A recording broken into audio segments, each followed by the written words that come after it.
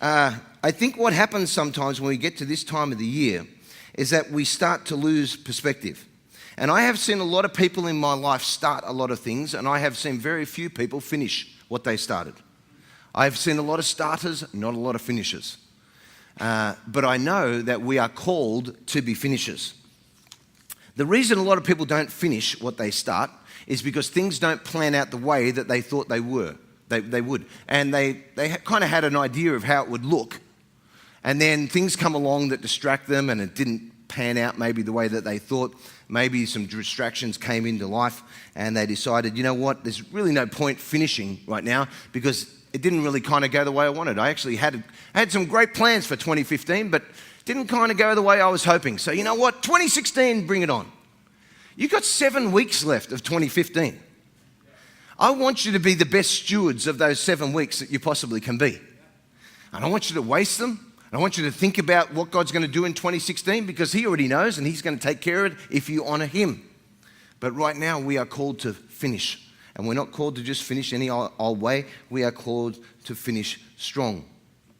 I think I'm naturally what I would call a 0 to 1 person. I have operated in all areas of life in my business career, but I enjoy the 0 to 1. I'm kind of an entrepreneurial spirit, so I like getting things off the ground from nothing, concept, strategy, getting them going, and then hand it off to somebody else who'll take it from 2 through to 10. I like that, okay? That's just a fun place for me to be. But I know that in order to have success, you need to not just be good at 0 to 1, you need to be good at 0 to 1, 2 to 9, and then the hardest, which is 9 to 10. Being a 9 to 10 is the hardest. Being a closer is the hardest job. Because you can be fantastic at 0 to 9, but if you don't get 9 to 10 right, then you don't have any opportunity to finish. I think we need to be known as people who are as good at 9 to 10 as we are 0 to 1. That's what we're called to be as Christians in the marketplace. Wherever you are, that's what we are called to do. You do that by doing what you say you're going to do. Let your yes be yes and your no be no. Matthew 5:37. If you don't let your yes be yes and your no be no, then you will lose the one thing that you need as a Christian to have success that points people to Jesus, and that is credibility. See, you can have success without credibility. Nobody will think of Jesus.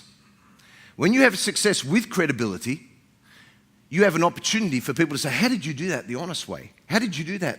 How did you do that? You have an opportunity to point people to Jesus in your life, in your business, and in every area that you work in.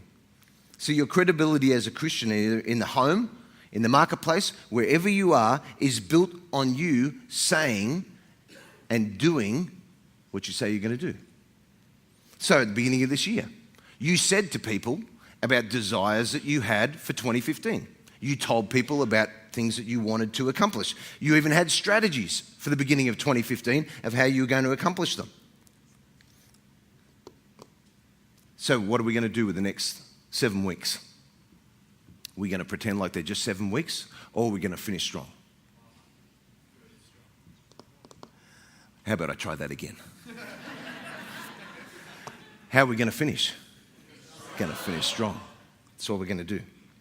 Jesus, of course, is our ultimate example as a strong finisher. See, Jesus had something really interesting. Jesus lived his whole life without sinning, baptized, conquered the devil in the wilderness, healed many, many people, prophesied, encouraged people, did everything perfectly right. And then he gets almost to the point where he's got to close the deal, and he says to God in the Garden of Gethsemane, if there's any way that this cup can be taken from me, God, take it. In other words, I got to 9, was that okay? Was that okay? And God's answer was no. God's answer was no, you did 0 to 9. 0 to 9 means nothing, Jesus, unless you get it from 9 to 10. And so Jesus didn't even blink, and he said, not my will, but yours be done. I will become a 9 to 10. I will close what you sent me here to do. So he is our ultimate example. When you finish strong, you have an opportunity to change the world. That's what you have. Now, I'm not talking about just world, we throw around world changer. I have an opportunity to change the world. We think of that big scale. No, I mean change the world individually, one person at a time. I love the people at our campus, you, who focus on changing individual people's lives. I had a great lunch with Jim. Jim, can I use you as an example? Thank you. Had a great lunch with Jim. Jim is the CEO of a very large organisation, has over 3,000 employees. Had lunch with him last week. Just had a great time. We're friends, enjoyed the conversation. But you know what impressed me most was as I talked to Jim about his organisation, he talked about those 3,000 plus people and how he wanted to positively impact every single one of those people as individuals. Not about the 3,000, and some of them actually work. Some of you work for him. He's a great boss, isn't he? I would say yes if I were you, because he's sitting over there. But you know what? I love the way that he cares about the individuals. I could go through all the people I know who are business owners, senior business execs, and I know that you care for people. And as long as you care for people, you can change their world. When you don't care for them, but you only care about your company's bottom line, then you have an opportunity to make money, but not change the world. So that's the difference that we need to look at. So when you finish strong, what does the Bible say about it? Paul in 2 Corinthians 9 says this, "For you know the grace of our Lord Jesus Christ, that though he was rich, yet for your sakes he became poor, that you through his poverty might become rich. And in this I give advice. It is to your advantage not only to be doing what you began and were desiring to do a year ago, but now you must all complete the doing of it, that as there was a readiness at the beginning to desire it, so there now also may be a completion out of what you have." Can I tell you that God wants you to be a finisher? He wants you to finish what you started.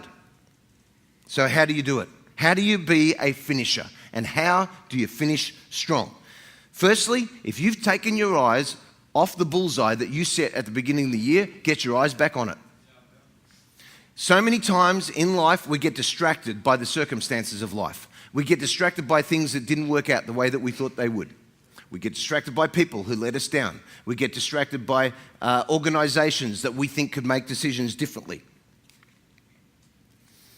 If you've taken your eye off the bullseye, get your eye back on it.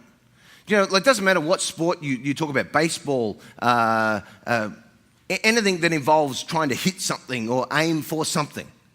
You have to look at the target in order to hit it. It's what a pitcher does in baseball. It's what a hunter does when they're aiming a gun, when they've got a bow. Not that I would ever do that. You have to look at the target. You have to look. If you've taken your eyes off it, you have no hope of hitting it. So it's the first thing you need to do in order to finish strong. Stop looking at your failures. Stop looking at the things that didn't work out. Get your eyes back on the target. Secondly, do not let your emotions define your character as you try to finish. Let your character carry you through to finish strong. Can I tell you the thing about our emotions? They're awesome, but they're all over the place. Our emotions are up and down. Oh, good day, bad day. One moment your emotions can push you forward, the next minute they can push you down. You can be having a great day on top of the world and you can take on anything, and the next day I can't do a thing right. See, people who are guided primarily by emotion, they feel the need to feel good before they can do anything. And they'll make popular choices and they'll choose whichever route is most convenient. Those kind of people are concerned about protecting their rights way more than they are about taking care of their responsibilities. Stop protecting your rights. Look at what responsibilities you need to step up and take. And do not be discouraged by adversity, because you will have it. If you're going to be a finisher and you're going to be an achiever, then you will have adversity. There will be things that come and try to stop you. John Maxwell says this: emotion might drive us to make a decision, but it is character and discipline that keeps us going when the journey gets hard. Emotion might drive us to make a decision, but character and discipline is what keeps us going when the journey gets hard. A person with character makes decisions based on principle, not on the basis of what's popular. He or she honors commitments instead of catering to convenience.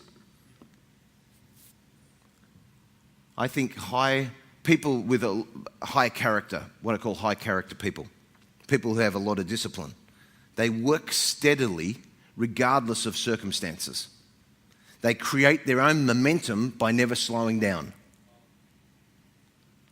They continue at the same steady pace. They have a sheer determination. They have a work ethic that is not affected by circumstances or failure. What's the next thing that you need to do in order to finish strong? You have to realize we have 7 weeks of the year left. Input time is over. There is no more input time. People are like, yeah, I'm just getting things together, just working out. I've got some great goals, but I'm just getting everything together, just piecing it all together. Sometimes you've got to stop piecing it all together and get about finishing. See, to lead yourself and others is going to involve sacrifice. It will. And sacrifice is not something that you have to do once. It's something you have to do over and over and over. And so here's what you have to sacrifice. You have to sacrifice your rights. That's what you have to sacrifice. You have to sacrifice the ability of it only being done your way. It's one of the things you have to sacrifice in order to gain responsibility. So I think most people know that there's a price to pay in order to achieve goals. I don't think that's a revelation to anybody in this room. But I do think a lot of people have a really lame idea of what sacrifice really involves. And they think that it's really not quite as big as what it really should be. And they treat sacrifice as something I'll do one day. Oh, one day? Yeah, one day, Pastor, I'm going to go on a global team. Oh, one day. I just keep praying about it, just asking the Lord to tell me. He told you, you just la, la, la, la. It's going to involve sacrifice. Same as work. Your job will involve times of sacrifice. It will. You know what I see? I see a lot of people who are like deer looking into the headlights of adversity.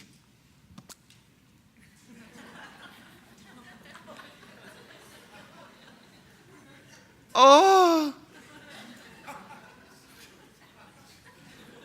I know, it gets awkward after a while, doesn't it? But that's what they do in my office. I slap them. No, I don't. With love. Always with love. See, make the sacrifice. Finish strong.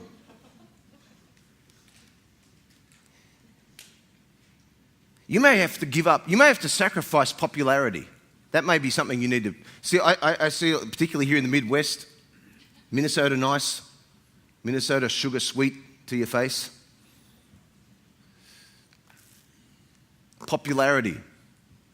It'll stop you achieving sometimes because you make decisions based on what you think is popular.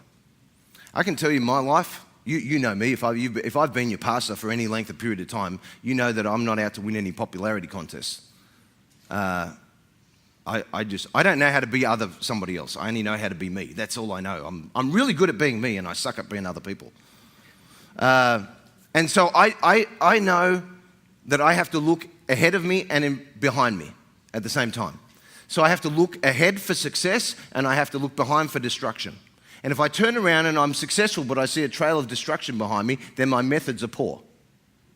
But if I look around behind me and I see good relationships, healthy people who themselves are being raised up into leadership, then I can look ahead and focus on success ahead. But if you're trying to live to be popular, you're going to really struggle to be a strong finisher. You know, last week I had a really awesome experience. Some of you may have read this on Facebook. So I'm just going to share the story for those of you who didn't get to see it and those of you who aren't social media. So, I like asking people if they'll let me. Do you mind if I tell the story? Thank you. Wasn't just you, Jim. It did her too. I just want to read to you a posting that I put on Facebook last week. Yesterday, somebody sent me a message that they felt bad in a business meeting that day because of something they had said. This is what I texted that person. Sorry, this is the text they sent to me. In a meeting at work today, I literally said, I will gladly take on the 10 hours of annual work we've been debating for the past 3 months if you promise to end this ridiculous conversation for good. I am tired of this discussion. I'm debating whether to stop by his desk tomorrow to apologise for being so abrasive. Here's my reply that I sent to the person who's sitting over there. What you said wasn't abrasive, it was something that was real, and you said it with passion. I wish people would be okay with showing their passion instead of feeling the politically correct need to apologise for it. You are passionate about being a good steward of your time and everybody else's time in the meeting. You are passionate about not being wasteful. You are passionate about doing the best thing for your employer. You are passionate about moving forward to a solution that is the best for everyone. Ultimately, you are passionate about not continuing to have the same conversation over and over again. I think not only did you show passion, but more importantly, you showed leadership, and you should never apologise for leading people. You may not always do it the right way, and so sometimes you need to apologise for your methods when slips in behaviour happen, but you should never apologise for leadership. You had a moment, just like Julius Caesar, where you needed to cross the Rubicon. A definite course of action to move forward was required. A course of action needed to be decided upon, which was irrevocable and needed to be committed to. You realised that you alone needed to lead these people across the divide of indecision. You alone had the courage to say any decision is better than no decision. The time for input is over and the time for moving forward is at hand, and we will move forward.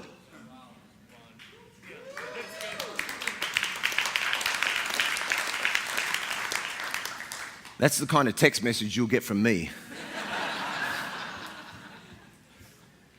This is the follow-up from that person sitting over there, 7 rows back. I just got a follow-up from this person who started this thought yesterday. Hey, to close the loop, the guy in the meeting behind me bought me a Caribou coffee today to say thank you for being bold in our meeting and moving past this blankety blank once and for all. And then he said, oh, sorry, I know you're not big into swearing.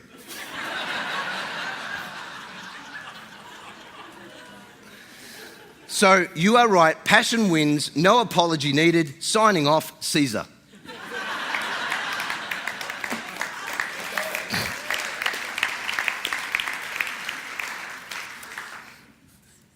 Become a passionate Norwegian. I know you can do it. Passion. Passion. Have some passion about what you need to finish. Have some passion about what God has called you to do. It's inside each of you. It looks different on the outside, but the inside is all the same.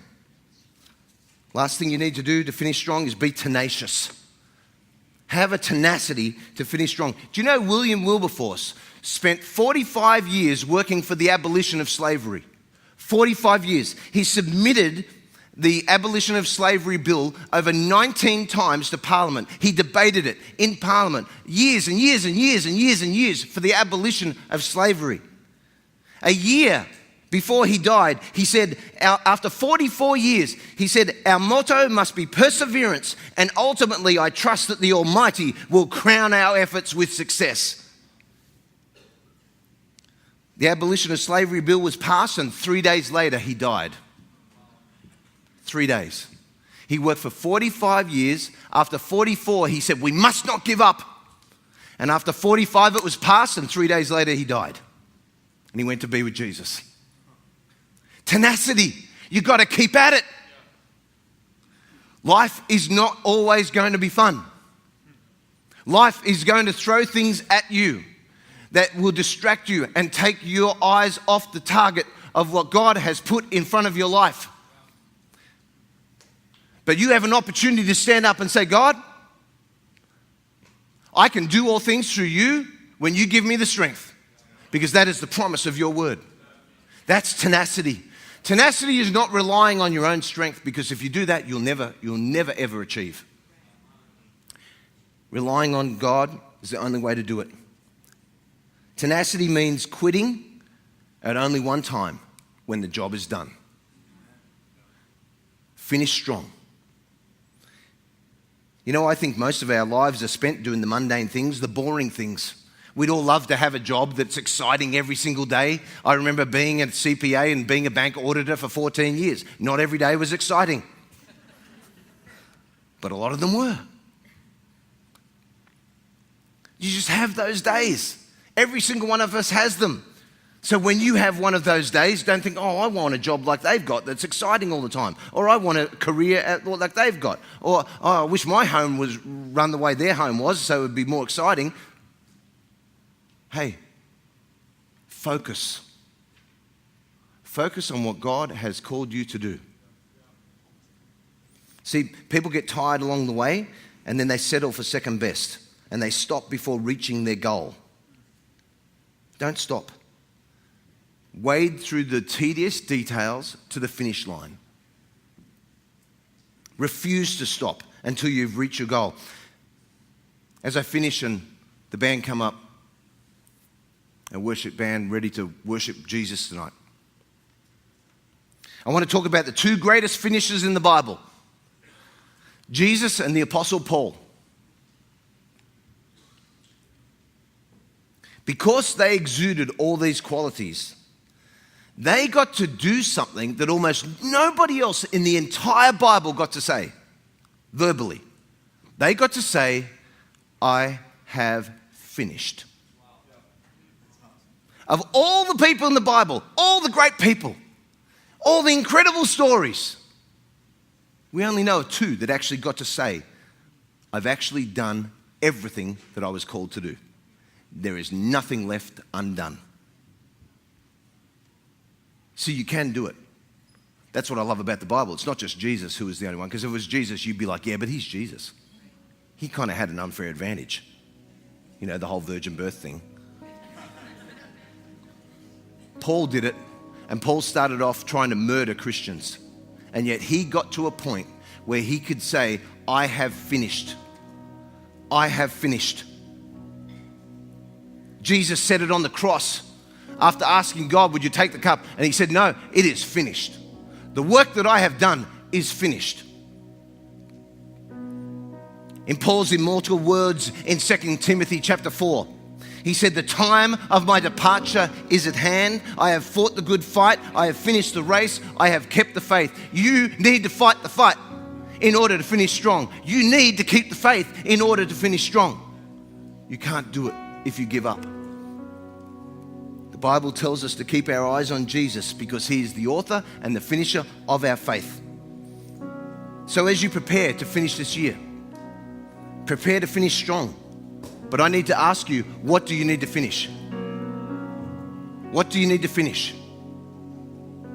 What do you need to finish? What do you need to finish vocationally in your work? What goals did you set out that you need to finish this year? What goals did you set out that you need to finish spiritually? See, it's great to have vocational goals, but do you have spiritual goals? Are you maturing as a Christian? Or are you okay just being at the same level? I don't care if you've been a Christian for 35 years. You're never called to be stagnant. We are called to be becoming more like Jesus more and more. So there's always opportunity for growth. Financially, what do you have to do to finish strong?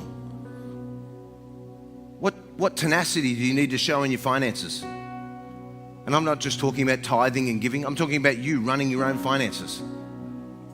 What things do you do really poorly that at the beginning of this year you said you wouldn't do anymore, but you've done it all year? Those of you with credit card debt and you've just let it run up and up and up, and you said at the beginning of this year, I'm going to get rid of it, and you haven't. And it's eating you. Not only is it eating you, it's stopping you being a blessing to the people that God's bringing into your life. And it's actually destroying any opportunity that you have for actually helping people. Emotionally, what do you need to finish? Mentally, what do you need to finish? Do you need to go to counseling for something? Are you dealing with something and you've never tackled it head on? Maybe you've struggled with fear and anxiety and you know what?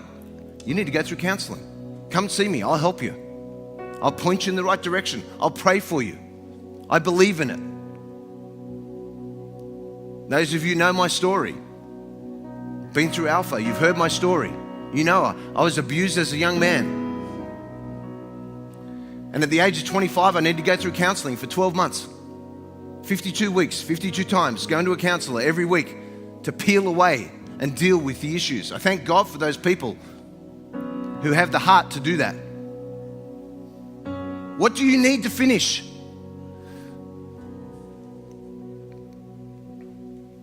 See, if you don't finish what God has you in now, He cannot take you onto what He has planned for you next. And He has so much planned for you. He has so much planned, but it's in your hands. It's up to you. And some of you, He's called you to be promoted at work, but the reason He can't promote you is because you haven't finished strong. You haven't finished doing what you were called to do. And as you do that, you'll have an opportunity for God to bring you into the next season of life. Would you stand with me?